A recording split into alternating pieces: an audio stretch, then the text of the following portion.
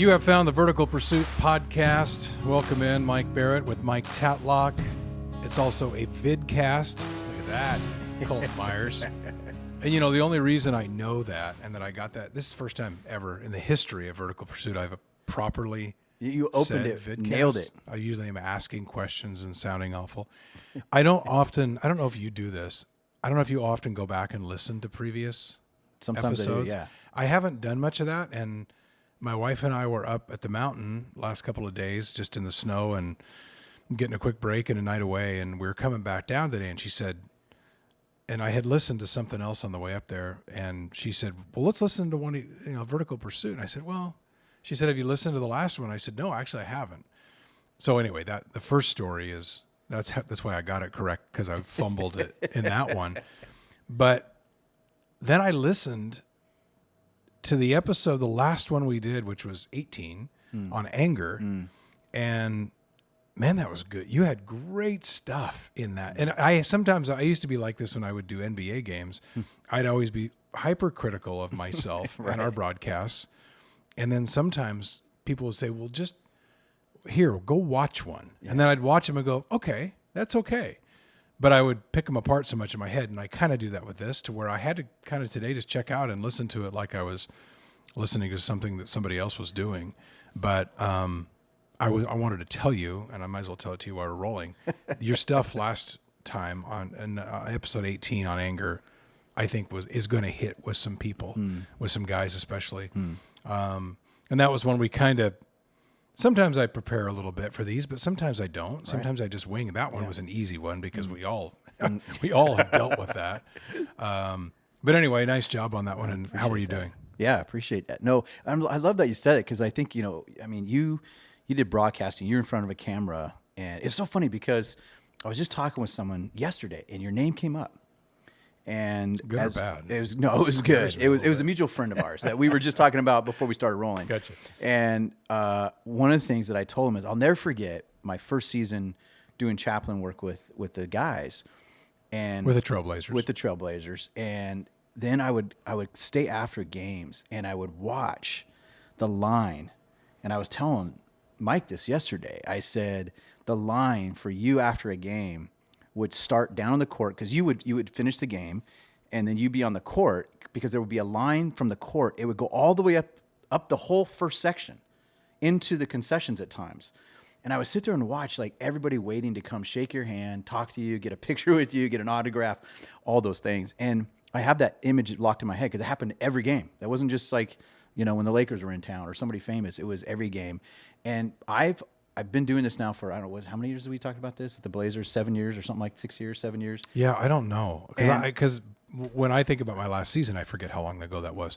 And yours was, had you done 2 full or 3 full when I was zipped out of there? 3. Okay. I think it was in the third. It was during the third year. But what was cool, what I was telling our friend yesterday, was that every game we go to, there's a mob of kids and fans that want to, get the players' autographs. They never have the line that you did.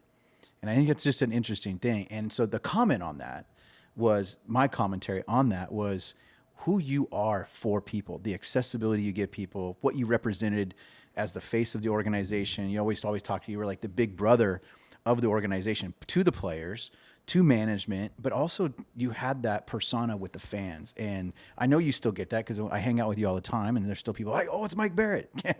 And you still have that, because people sense that authenticity, that warmness that you have. And it's what people miss to this day, to be honest. But anyways, that was something really cool that came up in a conversation yesterday.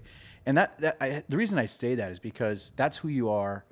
I know you extremely well, and I know that's who you are authentically when there's 2 or 3 of us gathering, around a fire by ourselves. That's who you are when you're in a big room of people, but that's who you are behind this microphone. And That's the nice. stuff I that you're appreciate saying here comes from that same heart. And I think people on the other side of that are listening to the VP podcast are making the same connection with you now that fans were making with you back in the day. And that hit me yesterday. That's awesome. Thank you. Well, and that's a big part of your job too, obviously, is making that connection with people. And probably mine was more entertainment. And even though a pastor there is a degree of entertainment. There is a degree of, you don't want it to always be that, Right. but you walk a real good line on that fence between entertainment and sometimes uncomfortable truths. Yeah. Yeah. Which I think we're going to talk a little bit about today. Yeah. But I will say this: you kind of got me thinking. Now a lot of time we don't plan. Obviously, what we start with. We're unscripted but right now. The neat part of, yes, I loved those relations, and that's what I miss the most is those relationships and interactions with the fans. And there were a lot of them at home, but what was cool was when we would go on road trips, even to the Northeast or Southeast, there would be people that would come down always there too. Not as many, clearly. But they would always have stories. I got transferred in my job, but you guys, because players come and go. That's they true. get traded. They do. They get cut. Yeah. Coaches are fired. Yeah. I went through 4 or 5 coaches, Right. 4 or 5 GMs, 4 or 5 presidents. So the broadcasters, kind of the messengers for them, Yeah. is the connectivity, the connective tissue between them and the team oftentimes. And so we learned that, my partner Mike Rice and I early on. But there was a group of kids, and I'd love to talk to them again. But I started, so we had a different group in every city. And a lot of times I would get to know them. And I told my wife one time, I said, it's really funny that I know these people and have known them for years, even if it was just once a year. But I said, you'll never meet them. Yeah. You don't know them. So there's a group of kids that was from here. They went back, I think they went to George Washington in DC. And so every year I would go back, and from the first time they went back and enrolled as freshmen, they were new and they came to the game, and I would get them these passes that they could come down after the game along this fence. Every arena does it different. And they could have a few minutes with the team. And as it went on and on and on, I mean, I saw them graduate. I didn't see them graduate. I saw them get but to you that saw point them, of graduation. And then one of them started working for the Senate, the U.S. Senate. And so he said, well, now you've done this for me for years. And they used to bring me stuff, which was great, gifts and stuff. And he said, now I work for the Senate. He goes, I'm going to take you on a behind the scenes tour that's of the U.S. Senate and House of Representatives. So they took us down below to anyway, I just say that to say there were amazing relationships built in Portland, in the arena here. And there were also great ones built on the road. Yeah. And people that, when you're ripped out of it, which we were all fired in 16 after the 16 playoffs. The sad part is just those relationships just ended. Yeah. All of it. And not all of it. There's a few that obviously Nick Livingston and David Ward, who help out on the podcast. Those are guys that I worked with then that I still am with very now. tight with, yeah. But there aren't that many anymore, especially those people on the road and my peers, guys that I knew really well, knew their families and, broadcasters for other teams. And a couple of them have passed. I mean, there's been some crazy stuff happen, but anyway, it was a very, very neat part of it. But now, and that's why I think I love doing this so much, because this is the Exactly. closest thing that I'm doing that was like that. Yeah, absolutely. As far as relating, even if the topics are different, it's still connecting with people, and that's what the point is. Well, I always feel like it, and this is going to sound corny, and everybody listening to this, but understand is you were an ambassador for the Portland Trailblazers. And what I mean by that is an ambassador is kind of this go-between, right? Yeah. And you were the accessible one. And I think like you're still an ambassador, but you're an ambassador to God, and you're an ambassador to Christ. And there's a world of people who are listening that need to feel like there's tangible hands and feet, and a voice and a person behind the relationship that they can have with God. And that's the role you play now in a different way than you did then. Well, and it's funny that some people knew that, other people didn't. But here's the funny thing: is in a line behind us for a game, there would be all different walks of life. There would be a group that would come up with 14 piercings and face tats, and they just, hey, our guy. And I'm like, okay. And I loved that. But then what I'm trying to say was it was this, nobody cared where I stood politically. They didn't necessarily know, or that you did know if you looked into me, that I do this kind of stuff, and that we like to disciple people and try to tell them what we love and who we love and who we follow. But there was the common ground always, and it didn't matter. And I think that leads me a little bit in a weird way to what we're talking about today, in a roundabout kind of way, because everything now versus even when I was there still, there's so much has happened in the world, in the country, that has split us in half. And the one thing that I tried to always get across to people, and I still do, and I think you do a great job of this too, is trying to always, even if you don't always feel it on the inside, always approach things with just a massive amount of gratitude. Yeah. And even when we were fired in 16 after, and then they wanted to write a story. And so I let a guy that I trust write a story that ran in the Oregonian on this. I tried to use those words, blessed and grateful. And even if I was pissed. Yeah. I mean, I wasn't angry at anybody. It was heartbreaking. Right. But I think, and there's such a difference now, people who approach things, maybe I'm wrong in this.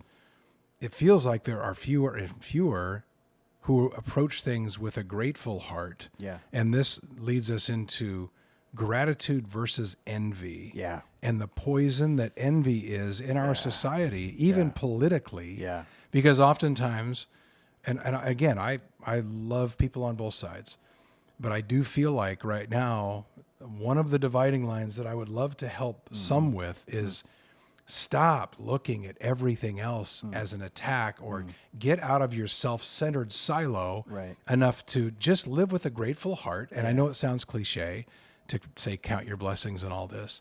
And there is scripture in the Bible about this too, which talks about these attitudes and the poison that an envious heart can not only destroy you and those around you and those closest to you, but they affect your focus and the lens that you see the world from. Totally. And if there's one thing that I tell people when I do talk to people about what to work on, and there's all these things we talk about, a lot of them on this podcast, number one is just to be grateful. Yeah. And those people, the people that are the most grateful are the most selfless. Yeah. And you've said this too to people, and I've heard you talk about it. If there's one area to start trying to improve yourself, and one really easy one is go do something for somebody else. Totally. And that's almost like the greatest practice of a grateful heart. Totally. And watch how it takes the focus off of you and puts it on somebody else. And therefore the gratitude wheels start to turn. Yep. Well, you said the opposite of that gratitude, that envy. And there's a lot of other really, I like how you use the word, it's poison. And I think that everybody that's listening right now knows that there's a time in every single day when you get obsessed, you glance over, and it can happen from someone that's a coworker, it can happen from a family member, it can happen from something you see on TV. It definitely happens in social media, nonstop. Nonstop. Like social media, love it and hate it for all the good reasons. The dark side of it, and this is even proven just not even just like in a theory. I mean, this is people who do studies on the effects of social media on your body, on your mind, on your emotions, your well-being, all that kind of stuff. There's like, man, you just get on there and all you do is you obsess because you and this is why even teens now. I mean, there's a new app that's out called Be Real. Yeah. And Colton, are you on Be Real? Yes. Does he have it? My daughter has it. I love it. Be Real. I like it. I know some people don't like it, but I like it. I'm not necessarily on it. I mean, I have it on my phone. I just don't respond a lot. But I like it because it's kind of this rebellion against the glossy. Is there that in it? Is there an authentic attempt to maybe that's be the whole counter? point of it. Yeah. Okay. The whole point is. Now, I didn't retouch my picture 40 times. Yes, that's right? exactly. Okay. That's why it's called Be Real. Gotcha. It's like in this moment, whatever you're doing, wherever you're at, you got it. That's it. You got to snap it and send it. Wow. And so it was kind of this rebelliousness against the idea of everybody putting this doctored up, glossy, kind of, I got all the filters and all this kind of stuff.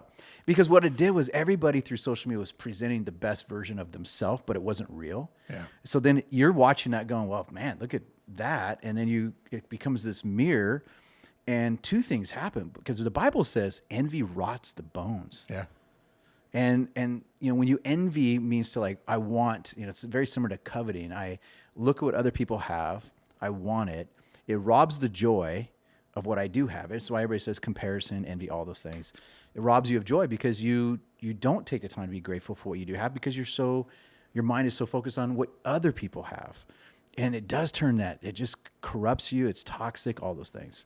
A heart at peace gives life to the body, but envy rots the bones. That's the other side of that. And I actually had to go find that because I remembered King Solomon's line about envy rotting the bones. He went right at it. Yes. But what I hadn't remembered was the first part of that. Yeah. A heart at peace. Heart at peace. And I'm going to get into a little of what he said, only because, well, number one, I love that it reminds us all again that's the stuff they were dealing with. This is 3,000 years ago with Solomon. And what he's observing and what he's calling out then is the same stuff that's happening now. Exactly. Now, you said and I talked about how much has changed from the time of we let off talking about my time in TV and with the Blazers. Social media was there then, but it wasn't like it is now. Right. And I feel like, as you said, the comparative nature and outwardly rooting for others to fail so that you feel better. And that happens all the time. And there's some of that is, sports related, not playing well, losing. So that's a little different.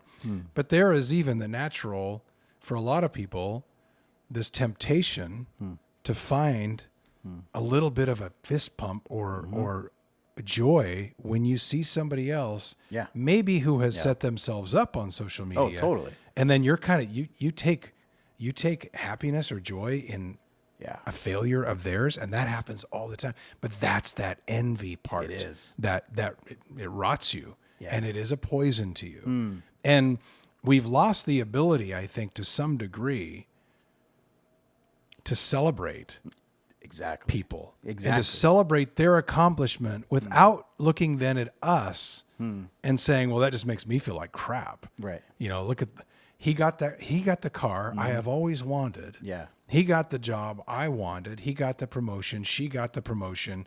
Therefore, I'm just going to get angry at them about it. Yes. Instead of lifting them up, even if it's something you wanted that they got. Exactly. So I don't know how you combat that other than going back to I think the best way is to go back to the source, go back to teachers. And I mean, King Solomon was, I think, and you can tell me this because you're well more read than I am, I think he was fairly well known to be probably the second most wise guy other than Jesus. Right. That was his title. I mean, he was the man who had the greatest wisdom on the planet outside of Jesus. And he didn't always live practically. We always say that he had a lot of wisdom, but he didn't always, listen to his own advice. But he was a guy. But here's the thing too about envy, and I'll just be honest, and I'll get kind of real in my own story, because I know there's a lot of people listening. There's women, there's men. Where I saw this play out in my life is, Bernadette and we've been married now, and for 26 years. And when I look at how many years we've been together, a lot of those years in our marriage, she's had health issues, and you know this, and those who are close to us know this. And what I found was I started to envy what other people had. Sure. And it wasn't necessarily like, I want somebody else's wife. But I do want their normalcy. Mm-hmm. You want what they have. When you have someone that's got a chronic illness, it begins to sort of define your life. Yep. Everything has to be planned around that. And you start almost, because here's the thing, where I was going, this is my confession on air, is that as I'm envying, because I'm looking at what other people are, come on, man, they don't have to deal with this, let alone I have no idea what their problems are. But I'm just looking at it going, man, they don't have to deal with the crap that we have to deal with. They don't have to deal with the interruptions. They don't have to deal with the grieving, the loss of normalcy. It's not fair. And that's what happens. Envy, I start going, I'm a victim. It's not fair. I start getting, not only am I like starting to kind of get bitter towards people, I'm actually starting to resent my wife. Yeah. Who, she didn't wake up one day and say, you know what, I think I'm going to be sick today just to piss off my husband. Right. Let's treat him this way. She had no choice in that. And so what happens with envy, when we say it rots the bones, man, it rots the heart. It rots the way you see things. It rots your marriage.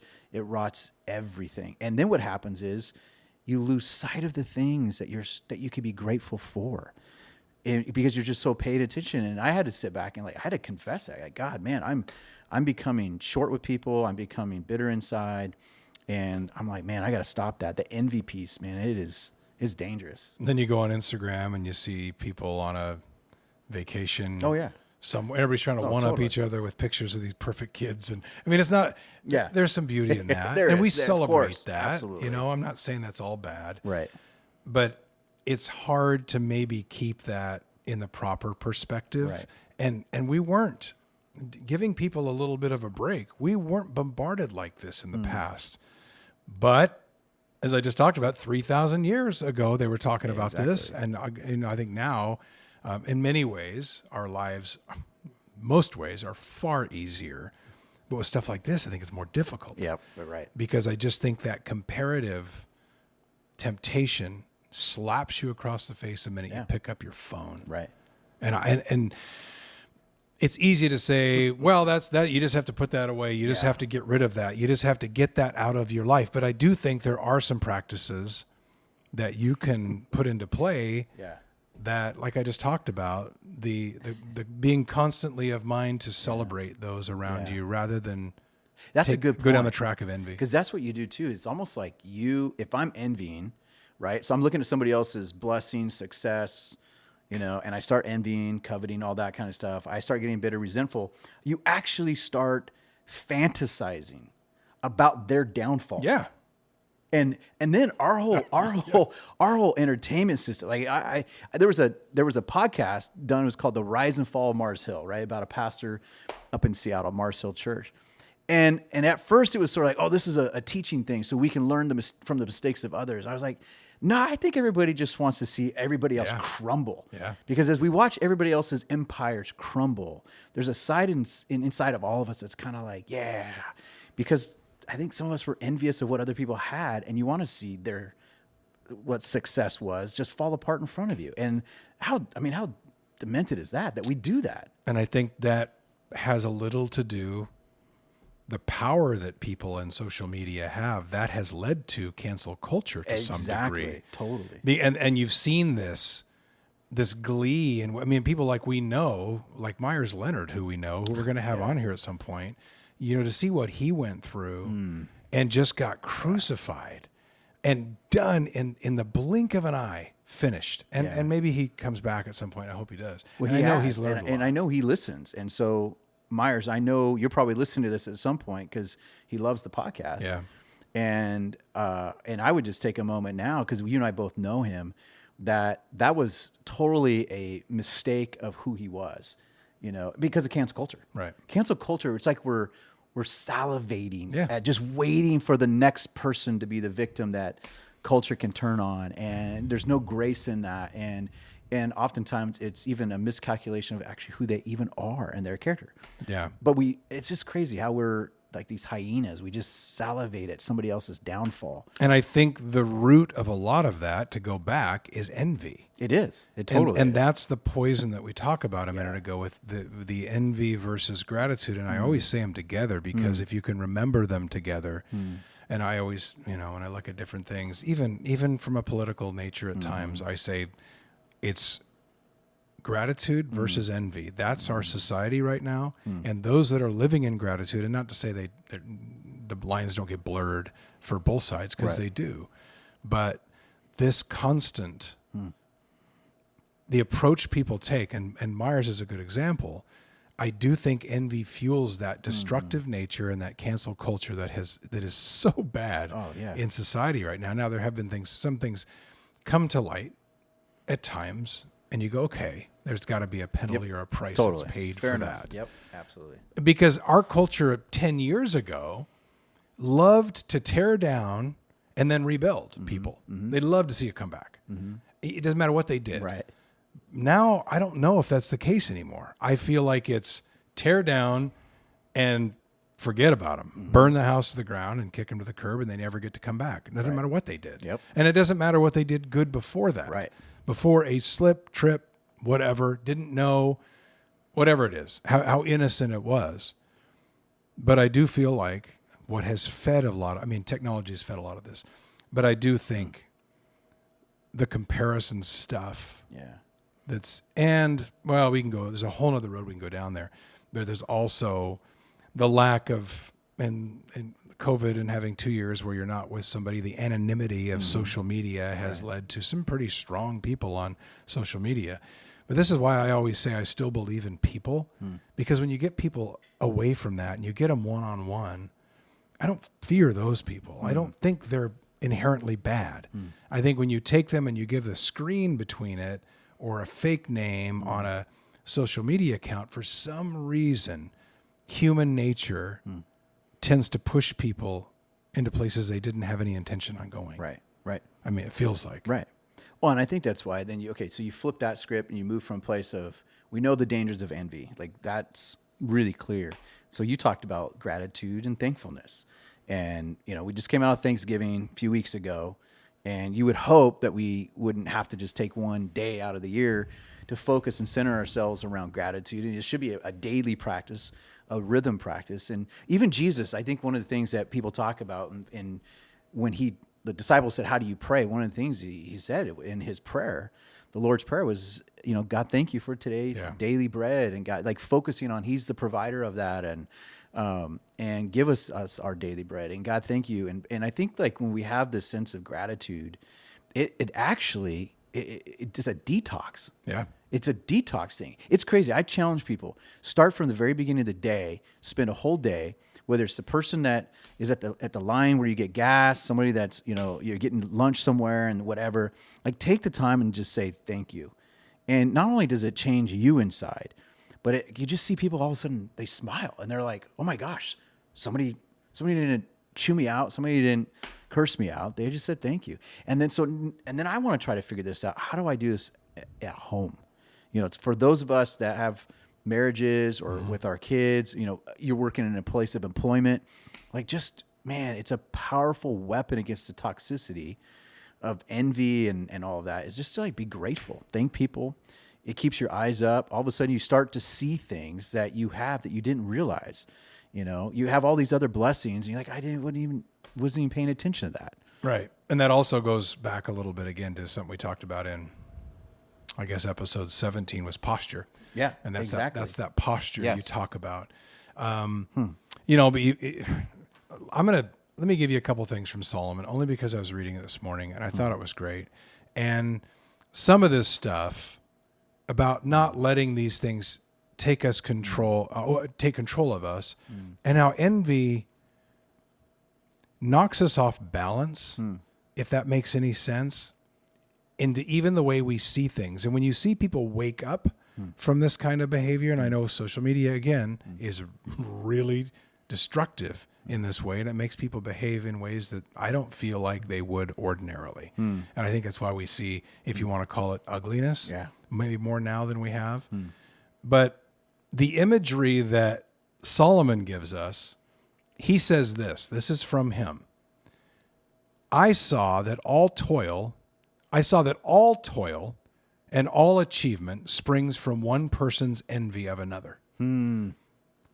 Everyone is, we know, right. Everyone's competing with everyone else. And it all determines how they view each other, which is so weird. Now, he says, to continue on with his quote, he says, this is meaningless. It's chasing after the wind. So there's no end to it. Right. There's no peace involved in it, and there's no contentment involved in it. And then one more thing while I'm on a roll here with him. I love when he says this.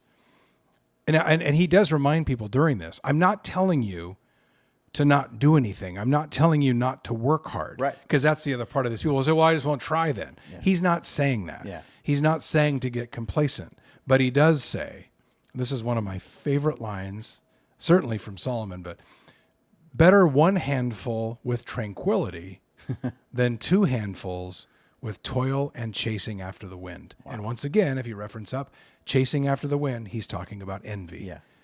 So tranquility is worth more than losing yourself. And I just feel like anything that stirs up envy in you and discontentment, get rid of it. Now the next question is, well, how do I do that? I don't know that. I can give you there are things we can talk about. I go to the Bible to get this from Solomon to once again remind you that yes, today is tough. And yes, we talk about so much happening now. it was happening then It was too. back then. Yeah, it's part of the cancer plague of this thing called sin that every human being There you go. has had to struggle with. Every generation, it's there. It comes out. It might look differently today, and we might have more access to some things, but it's still back then. And what's crazy is, I think when I hear the words of Solomon, the wisdom there, like the chasing after the wind, it's like this thing. It's an unattainable goal, and you envy, and so you strive, and then you go, oh, I got it, and then you realize, no, because there's the next thing to envy, and so you got to chase after that. And That's then the imagery that's that it. he gives us Yeah, in and- chasing after the yeah, wind. and it always has to one up. It has to be the next. It never leaves you at a place of tranquility or peace. It reminds me too, in the Bible, there's another verse, and it talks about, like, what do you do, right? So you raised the question, how do you deal with that? Well, I think an attitude and posture of gratitude is the solution to that, because there's a verse in the Bible where it says, in your needs, everybody's got a need right now. So everybody that's listening, I'm just going to kind of do a challenge here. If you're listening to podcasts right now, there's probably an area of your life that you feel sucks, that you feel is not going well, that you are disappointed, hurt, whatever you're feeling about it. And that's not going on their social media page. No, none of that's going to go on. No, that's probably not. And usually when you see somebody get to that point, if they do put that stuff on social media, it's scary. Yeah. Because they're in a really dark place. But nobody puts those things on there, right? So if you're listening right now and you're thinking, hey, what is that area of your life? That's where you're most tempted to look and envy somewhere else. Yeah. And so whether it's your marriage, maybe it's your job, maybe it's your health, maybe it's a relationship you have, maybe it's your finances and security, maybe whatever it is, you look outside of the pain and the ache of something that isn't quite right in your life. And that's the tipping point where we begin to like lean into, here I go. I'm starting to envy. So the remedy to that is this thankfulness. And what's fascinating is the Bible says that in our areas of need, the Bible says, make your requests known to God. And it says this, with thankfulness. Mm-hmm. Then it says, and as you do that, the peace that passes all understanding will guard your heart. So there's this really powerful moment that when it's okay to say, hey, this area of my life sucks. Okay, that's fair. But instead of envying and obsessing over and going down that spiral, you make those requests known to God. Say, hey, God, this isn't working well. But in even this moment of making that request, I'm still going to choose, thank you, thank you, thank you. There's got to be something I can thank you for. And it may not be the thing that you're wanting that's empty, but you're thinking like, well, there's this. And the promise, he actually says that as you begin to thank him, he actually says the peace that passes understanding. I mean, it's a peace that doesn't even make logical sense, right? It's a peace, and it says it will guard your heart. So if envy is what rots your bone and turns your heart bitter, thankfulness has a way of being a watchdog over your heart. And that's the best picture I can come up with is if you have a prowler that's trying to get in your house and you have a watchdog that goes to the door and starts barking and it chases away the danger, thankfulness is the watchdog of your heart. And when you're grateful, it chases the envy away. So envy can't come in and rob you of your joy, rob you of your peace. And I think that's the solution to all of that. And it's practicing. It takes work like everything else. Yeah. It really does. And even the most simple little practices, like I have a friend who his wife was going through cancer and I've been through that too. But he was so defeated at one point, but he has such a great perspective that he would actually, and I know a lot of people do this, it's not cutting edge, but he would get up in the morning and he would challenge himself to write down 10 to 20 things that morning he was thankful for. And it could be anything, little tiny things. Because at the end of the day, we're the luckiest people in the world. Right. And so even and I know it sounds cliche or silly, but to boil it back down there, but maybe you need to. And I find that it gives me, it just is a nice reset. Yeah. And we always talk about perspective and for kids, I try to preach that. My wife's better at it, preaching it to our own kids, but I love that, just house. And even if you don't get the newest iPhone or the newest, every different social media thing that comes down the pike, all that stuff or whatever. And it seems like it's all electronics these days. I guess that's because my kids are teenagers, but when Christmas used to be about, you think about gifts, gift giving time. used to be so great is all the little toys and neat things that I used to have fun with and put together. Now it's all they just want electronics. But even if you don't get all of that, then write down and take inventory, take stock of those things that you maybe ordinarily wouldn't even think about that are massive blessings. And I think that reset and that perspective can be that guard dog and can help guard your heart from the evil. And I think it is the evil of envy. That's it. The last thing I'll say is this, because I love just images that maybe are really graphic that can help us anchor this in our minds. Like if I was to walk into the kitchen and there would be a cup there and I'm thirsty and it's clearly labeled as poison. I know that, I mean, I drink this, it's gonna destroy me, right? And I just started guzzling that. Like you would go, what are you doing? Like that's like, dude, you are. And I think for many of us, every time that we envy, we are sipping out of the cup of the poison, the toxicity, and it may not kill us instantly, but it begins to have that death effect on us, and it will destroy. I've seen envy will destroy marriages. It will destroy relationships with kids. It will destroy relationships at work. You know, and there's a lot of entitlement in our culture. We haven't talked about that, but that's part of this thing of envy is I feel owed and I feel like I'm deserving of this. And so that couples on with the whole point. But like that image, that graphic imagery of, okay, every time I envy, I'm sipping from something that's really toxic and poisonous. And so just coming back to the attitude of gratitude and every day thanking people around me, and watch what happens as that becomes a new pattern. I think it's so simple, and yet it's hard for us to practice that. It is. Well, and it's part of what we've said before, taking every thought captive. That's it. At the time. And even like when you talk about sipping, that's something that you can start to do, and it isn't right away.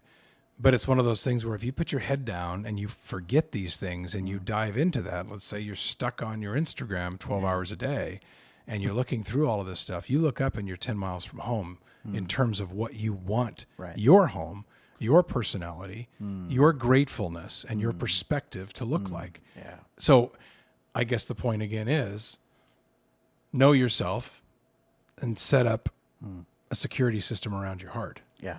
That's good. That's good. I like that. I know we got to wrap up, but the last thing too, when you're talking about Solomon, Colton doesn't have anywhere to go. He's just hanging out. He's such a rock star. He is. He is the best. You know, the last thing I'll just say this too. I already said that, but when you're talking about Solomon chasing after the wind, the thought that just came to my mind is, if I keep chasing after envious ambitions, I'm gonna wake up one day and with the huge regret of, what did I do? I chased after the wrong things. So that path of envy, I guarantee you, will lead to the ultimate day of regret, because you chase after everything, but we ultimately never took stock of the good things, and we spent all of our time, hustle, energy, pursuing just the wrong things. And we're going to wake up one day and go, what did I do? It was all for the wrong thing, chasing the wind. And that's, again, I go back to envy is so self-centered. And the grateful person is a generous person. So whereas envy can take us down a hole, the grateful heart can not only raise you up, but raise everyone around you up. Good. And I'll finish with that last verse again. A heart at peace gives life to the body, but it's envy that rots the bones. And that was important enough that it made it into the most famous book in history by one of the smartest guys in the book. Exactly. And that's King Solomon. So I think envy was a topic I wanted to get to. Envy versus gratitude, only because it's good versus evil, and one goes with the other. And so I think that the easiest thing, these are naturals that they go together, and it's not like we, broke the mold on this. A lot of people have talked about it, but gratitude versus envy is a big time issue in our world today. Obviously it was 3,000 years ago, but I think with all that we deal with now, it's probably more important than ever that we take focus of this and then take stock of our blessings, count them, and guard our hearts. Yeah. No, we thank you for listening to Vertical Pursuit. We are on YouTube and on Spotify, iTunes, and we're on the Vertical Pursuit app. Verticalpursuit.org is the website. Yep. Correct? So join us there. Thank you, Colton Myers, as always. Thanks to Nick Livingston and David Ward as well, and all the folks who help us do what we do here. And thank you mostly to you for spending some time with us. We'll see you next time. We invite you to subscribe to our podcast, comment, or message us, and check out our website at verticalpursuit.org. Download the VP app and check us out on Instagram, Twitter, and Facebook.